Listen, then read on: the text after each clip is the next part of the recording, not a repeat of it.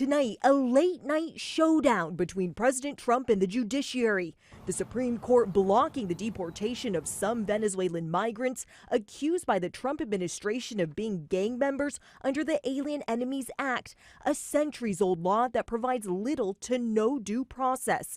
The highest court ruling overnight on an emergency appeal from the ACLU, directing the administration to pause the deportations until further order of this court.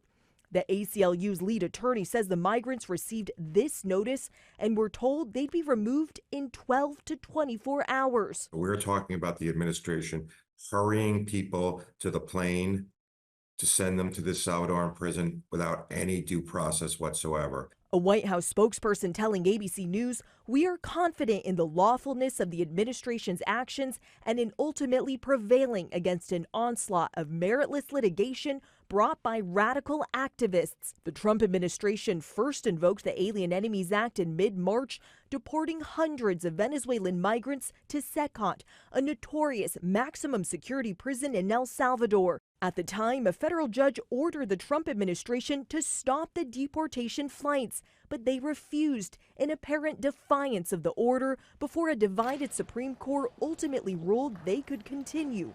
Among the deported, Kilmar Abrego Garcia, a father from Maryland who was mistakenly put on a plane. He was traumatized by being at SCOTUS and fearful of many of the prisoners in other cell blocks.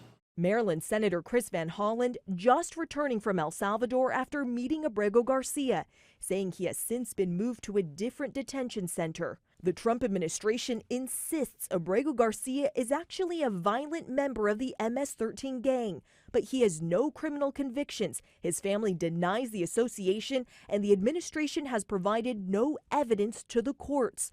The president attempting to bolster the claim by posting this photo on social media of what he says is Abrego Garcia's hand. But the MS-13 symbols appear to be superimposed, and it's not clear if the other tattoos have any links to the gang. The White House says Abrego Garcia will not be returned home, despite the Supreme Court ordering them to facilitate his release. Tonight, Senator Van Hollen firing back with a challenge. It's time for them to put up or shut up in court rather than on social media. This is not about one man. We are standing up for everyone's right to due process under the Constitution. Selena Wang, ABC News, Washington.